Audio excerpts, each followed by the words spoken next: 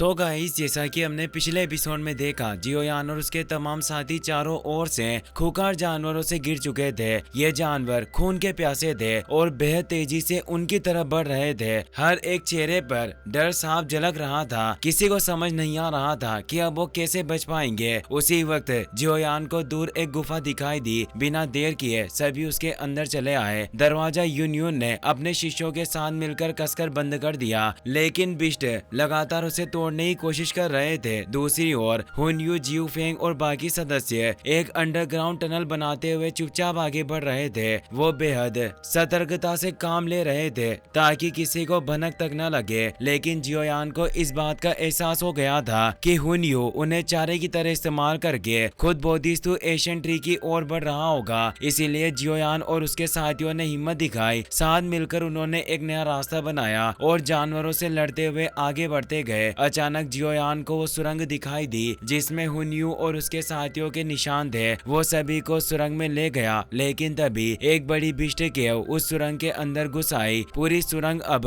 कांप रही थी। साथ ही जियोयान ने जो हमला किया था उसका ओरा चारों तरफ फैल चुका था। हुनयू और बाकियों ने जानवरों की आवाजें सुन ली थी। हेवन डीमन फिनिक्स ट्राइब और हुन क्लेन के मेंबर्स घबरा उठे। हुनयू गुस्से में बोलता है, ये जियोयान और उसके साथी बिल्कुल भूत की तरह हैं। जितनी बार हम बचने की कोशिश करते हैं, ये उतनी बार सामने आ जाते हैं। इन्होंने हमारी टनल पर लगी सील को तोड़ दिया है और अब जानवरों की लहर भी हमारे पीछे आ चुकी है। वो अपने सभी एल्डर से कहता है, अब सब कुछ भूल जाओ, पूरी ताकत लगाओ, रास्ते को क्लियर करो। अब कोई परवाह नहीं करनी कि तुम्हारे हमलों से कितना हंगामा मचता है। एल्डर्स ने आदेश मान लिया। वो तेजी से आगे बढ़े और पूरी शक्ति के साथ टनल की खुदाई शुरू कर दी। लेकिन हुनयू को यह मंजूर नहीं था कि उसकी मेहनत का फायदा जियोयान उठाए। वो तुरंत पीछे की तरफ गया और अपनी ऊर्जा से टनल को ठोस पत्थरों से बंद कर दिया ताकि जियोयान और उसके साथी अंदर ही फंस जाएं और उन खूंखार जानवरों का शिकार बन जाएं। जियू फेंग उसकी इस चाल पर मुस्कुराता है, भाई हुनयू, वाकई तुम्हारे फैसले क्रूर होते हैं। एक दिन तुम एक महान लीडर बनोगे। हुनयू कहता है, अफसोस, मैं अपनी आंखों से जियोयान को तड़पते हुए मरते नहीं देख पाऊंगा।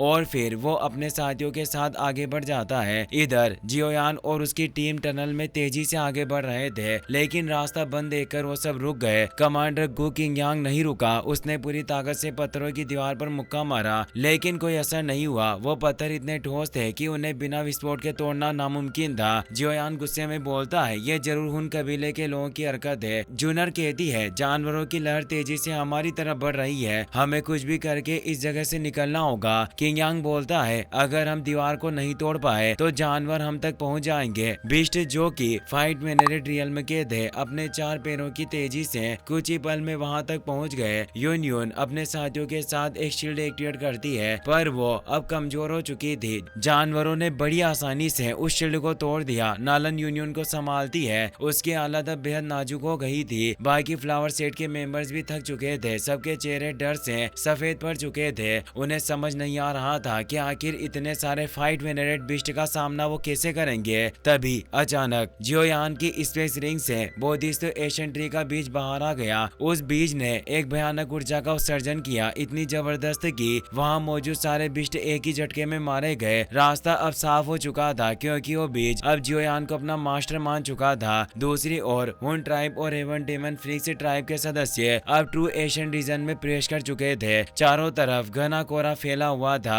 दिखाई तो कुछ नहीं दे रहा था, लेकिन कहीं से एक शानदार रहस्यमय खुशबू आ रही थी। कुछ ही पलों में वो सभी उस विशालकाय बोधिसत्व एशियन ट्री तक पहुंच जाते हैं। वो पेड़ पहाड़ों से भी ऊंचा था। उसकी भव्यता देखकर हर कोई ठिठक जाता है। उसकी जेड सी रोशनी पूरे लैंड को ढक रही थी। सबके चेहरों पर संतोष की मुस्कान थी। इतने दिनों की मेहनत के बाद आखिरकार वो इस ट्री तक पहुंच ही गए थे। उन्हें लग रहा था कि अब इसे हासिल करना बस कुछ कदमों की दूरी है, लेकिन तभी उस बोधिसत्व एशियन ट्री से एक बेहद तेज और अज्ञात ऊर्जा फूट पड़ती है। सभी को लग रहा था कि यह ऊर्जा उन्हें शक्ति देने वाली है, लेकिन हुनयू की आंखों में वो खुशी मायूसी में बदल जाती है। वो समझ गया था यहाँ कुछ गड़बड़ है। तभी आसमान में तीन रहस्यमयी ऊर्जा लहरें दिखाई देती है जो आंधी की तरह उनकी ओर बढ़ रही थी। घबराते हुए हुनयू अपने साथियों से कहता है, जल्दी पीछे हटो, और एक ही पल में सभी पीछे हट जाते हैं। तभी सामने आते हैं तीन लोग जिनके हाथ एक अजीब ढंग से हिल रहे थे क्योंकि वो मर चुके थे सालों पहले, और अब उनका शरीर पपेट बन चुका था। ये पपेट से उसी बोधिसत्व एशियन ट्री द्वारा रिफाइन किए गए थे। उनमें से एक हुन क्लैन का पूर्वज एल्डर था, जिसकी शक्ति हाफ फाइट सेंट रियल्म में थी। उसका दबाव इतना भारी था कि वहां खड़े हर शख्स को घुटन महसूस होने लगी। ये तेज दबाव था हाफ सेंट रियल्म का, जिससे सभी बुरी तरह से जूझने लगे। थोड़ी देर बाद जब ऊर्जा का भार थोड़ा शांत हुआ, हुनियो ने सामने खड़े उस पपेट को गौर से देखा और तभी उसे याद आया उन कबीले के एशियन रिकॉर्ड में जिस हाफ सेंट एंसेस्टर का जिक्र था,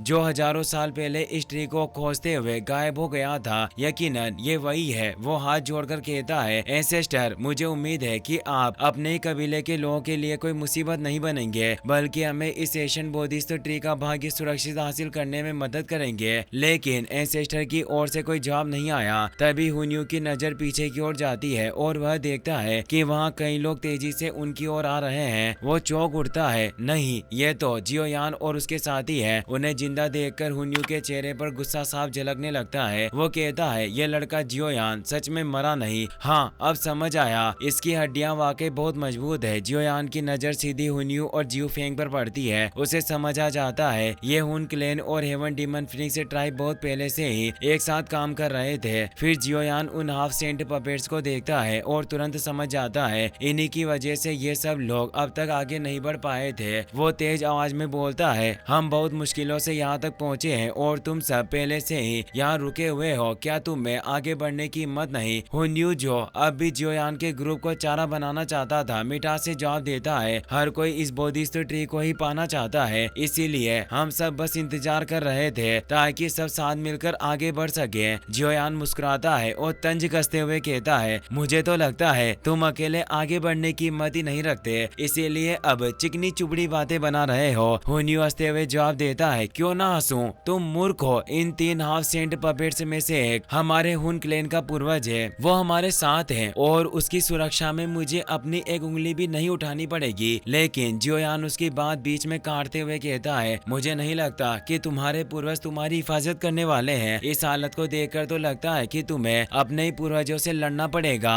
हुनियो तमतमा उठता है, लेकिन जवाब में कुछ कह नहीं पाता क्योंकि जियोयान सही था। तभी किंगलिन को एक अजीब सा एहसास होता है। वो तेजी से जियोयान के पास आती है और कहती है, कुछ तो गड़बड़ है। मुझे इस बोधिसत्व ट्री के अंदर एक ठंडी ग्रे रंग की ऊर्जा दिख रही है। ये ऊर्जा इस पेड़ की बाकी एनर्जी से बिल्कुल अलग है। ये इंसानों की नकारात्मक भावनाओं जैसी लग रही है। जियोयान गंभीर हो जाता है। वो भी ध्यान लगाकर पेड़ की ओर देखता है और उसे वही ग्रे ओरा दिखाई देता है। वो सोचने लगता है, इस पेड़ ने ही इस हाफ सेंट पपेट्स को बनाया है। अगर हम जरा भी करीब जाने की कोशिश करेंगे तो ये तीनों पपेट्स हम पर हमला कर देंगे। और तभी उसे एहसास होता है हुनियो और जियो फेंग भी इसी वजह से आगे नहीं बढ़ रहे। उनके चेहरों पर डर साफ झलक रहा है। इसीलिए जियोयान तय करता है, अगर हम अकेले आगे नहीं बढ़ सकते तो हमें साथ में काम करना होगा। कमांडर किंग यांग को भी अब जियोयान की मंशा का अंदाजा हो गया। वो गंभीर होकर पूछता है, वाकई क्या तुम यही करना चाहते हो? जियोयान आत्मविश्वास से जवाब देता है। किंग यांग भी उसकी बात से सहमत हो जाता है। अब जियोयान एक कदम आगे बढ़ाता है और ऊंची आवाज में कहता है, यहाँ मौजूद तमाम लोग मेरी बात ध्यान से सुनो।